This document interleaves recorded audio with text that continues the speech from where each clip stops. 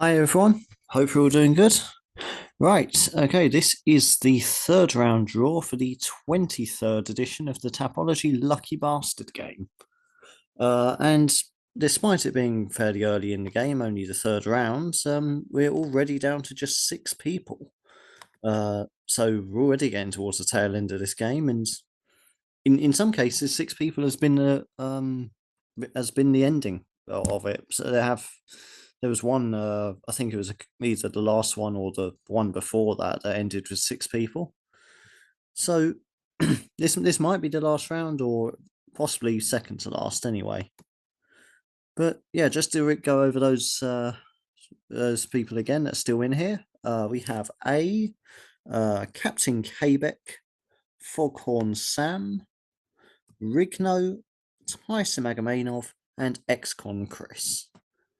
So there they are. That's all the ones that have made it this far into the third round. Well, this is not very far. It shouldn't be very far really, but it is. But anyway, for the third round, we have UFC 306 or UFC Noche for the Mexican Independence Day. And well, the main selling point of this one is the fact it's being held in the Sphere, which that I'm not going to lie, all that promotion about it being held in the Vegas Sphere has been pissing me off rather than promote the fight as not the venue. But I don't know. It really just comes. The only thing about the Sphere is that it's just got a whole load of little screens or lights or whatever it is, and it basically acts as a giant TV. So this is basically the equivalent of Dana White inviting us all over to his house because he spent the rent money on a new TV. Um, but anyway, the only good thing to come out of it is the fact that it's got a lot of eyes on it, and for once they've actually got a really nice poster. I usually moan about how boring the posters look, but to be fair to the UFC, the poster for this one, it is really nice. So obviously heavily inspired by the Noche or the Independence Day. But as for the fighters themselves, it's headlined by Sean O'Malley and Merab Dvalishvili. Um, and that's a close fight. I've gone back and forth over this one the last couple of weeks or so, and it's at the moment I've got Sean O'Malley to win by decision. But because it's really not much in it. I think O'Malley's striking is definitely better than Divalishvili's. I think that's a given.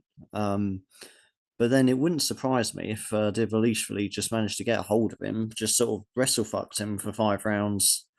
Whether he has the energy to do that and whether he's able to fend off the striking ability of O'Malley, I'm not sure because while I don't rate O'Malley's takedown defense too much, or certainly not enough to stop Divalishvili, who just sort of ragdolled Olympic wrestling gold medalist Henry Cejudo however he wanted in his last fight. I think O'Malley's probably striking probably is good enough to at least keep Divalishvili at bay and outpoint him for a decision. But I have gone back and forth on that one quite a lot. So that's a 50-50 title fight, in my opinion. But that's not what you're here for. You're here to get drawn with for the next round of the Lucky Bastard game. So first up is A. Let's see who he gets drawn up with. A smaller field as well. There's only 10 fights on this card, so there's only 20 fighters. 20 fighters, 6 entrants. And luckily for A, he gets the biggest favourite on the card, Raul Rosas Jr. Raul Rosas Jr. there for A. And that is as good as he can hope for, really, isn't it? Minus 1,000 favourite last time I checked with the bookies. Wouldn't be surprised if it's a bit more than that now. That's about 1 to 10 or 10 to 1 on in proper betting terms. But yeah, he's looking like a real prospect. 9-1. Only loss coming obviously Christian Rodriguez. Give him his flowers, and he's got both submissions and knockout power in his arsenal, and yeah, as for his opponent, Araquileng, I've definitely not pronounced that right. Is he's a tough veteran, but he's not good enough to stop or even hang in there with Raul Rosas, in my opinion. He's just being completely thrown to the wolves here. But yeah, it's no secret Raul Rosas Jr. is the next big Mexican star the UFC want to promote, and many have got him down as a future bantamweight champion. And yeah, these is very much the kind of fights that are taking to build him up, really. So yeah, that's pretty much a guarantee for the next round, as far as I'm concerned. So, you really are a lucky bastard. Right, Captain Quebec up next. Let's see if he'll be as lucky. He gets another Mexican on the card. One of the co-main eventers, Alexa Grasso. Alexa Grasso for Captain Quebec. And again, I was saying the main events are 50-51s. Well, I'd say that it's pretty tight in the co-main as well. The flyweight title fight, or women's flyweight title fight between Alexa Grasso and Valentina Shevchenko. This is now the third time they have fought in their careers. Third time in a row as well, because Grasso obviously got the submission win over Shevchenko to dethrone her of her flyweight crown that she'd held on to. I don't even know how long. But then the last fight was a draw because the MMA gods just decided to completely fuck with everybody else waiting for their shot in the flyweight division. And here we are. They're fighting for a third time. Which would be interesting if Shevchenko wins that, because that would mean that they have one win, one draw, one loss against each other each. But I've gone with Grasso for this one. Simply because I think Valentina's it's more because I think Valentina Shevchenko's time might be done now, because she's so she ruled the flyweight division for ages, but she's 36 now.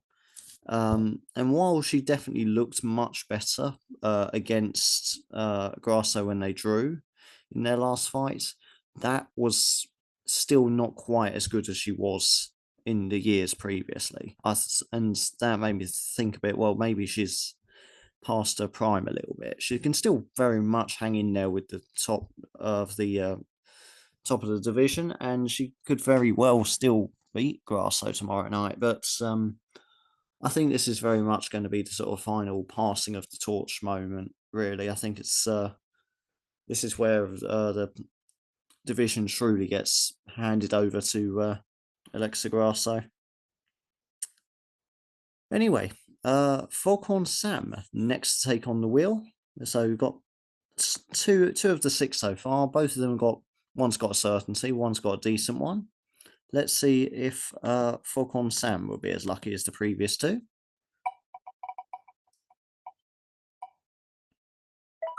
And Ronaldo Rodriguez has come up for Foghorn Sam, another Mexican. So all Mexicans so far. Will it stay that way? Let's see, Ronaldo Rodriguez. There we go. And I've got him by first round submission win against Ode Osborne. Simply because Ode Osborne just isn't quite at this kind of level, in my opinion. It's particularly in this fight, because looks a bit of a setup really for Ronaldo Rodriguez, because for a start, obviously he's one of the Mexican fighters. Obviously, a big. I think, let's be honest, I think the UFC would prefer it if quite a few Mexicans won tomorrow night. And Ronaldo Rodriguez, he's won quite a few in his career, not always in the UFC, but in his regional ones by submission. Ode Osborne, on the other hand, has lost his last two by submission. So yeah, that doesn't bode well for Osborne. And yeah, it's the only real downside I can say for Rodriguez is the fact that Osborne does have more experience in the UFC, whereas for the last few fights, Sode Osborne's been fighting at that higher level, but he's not really been getting the wins though, has he? He's not been putting a consistent streak together. So yeah, this is it doesn't look good for him in my opinion, but it does look good for Foghorn Sam, and that's the main thing. So we've got 3 down, 3 to go, and there's 3 which I actually reckon have got a very good shot of getting through. So looks like we will see the 4th round in my opinion so far. Next up is Rigno. Let's see who Rigno gets paired up with for tomorrow night. And that's another one on the Raul Rosas Jr. hype train. And yeah, not a lot I can really say about that other than it's almost a certain ticket through to the next round, in my opinion, because he's one. He can win by KO, he can win by sub. He's extremely well rounded for his age. Only 19. Full of confidence as well, going on about in a press conference or interview, whatever it was, that he's going to hopefully win the title by the time he's 25 and then retire. Good luck to him if he does that, but I think he's getting a little bit ahead of himself. But he is a serious prospect though. But yeah, that's Rigno's free ticket to the next round anyway. And it continues the all Mexican streak as well. Let's see. So 4 of the 6 are Mexicans. Let's see if we can make it all Mexicans for the UFC Noche. That'd be very fitting, wouldn't it, for the Lucky Bastard game? Tyson Magomedov is next to take on the wheel. Let's see who he gets drawn with.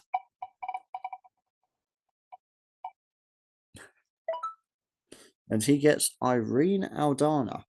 Again, another one of the Mexicans. That's 5 out of 6. Irene Aldana. And yep, this is the first one though that I have picked against. It's a 50-51. The fight itself against Norma Dumont. I've gone with Norma Dumont simply because she just looks in better form as of late on a 4-fight win streak, but Irene Aldana, she's got the more experience to her. So she's a former title challenger to Amanda Nunes, of course, and she's fought a lot of the top girls in the division, whereas Dumont's still very much on the way up in the division, but you can't ignore the progress she's making on the journey up through the division. And I think it's, yeah, like I say, it's a very, very close fight. It's 50-50, really, but I do slightly favour Norma Dumont for that, but that's not the end of the world for Tyson Magomedov. And finally, ex-con Chris. Let's see who gets drawn with. I must say the wheel's been actually very generous tonight. The wheel's been feeling merciful. Oh, okay, and well, it's Norma Dumont there, so that makes it a head-to-head with Tyson Magomedov and ex-con Chris.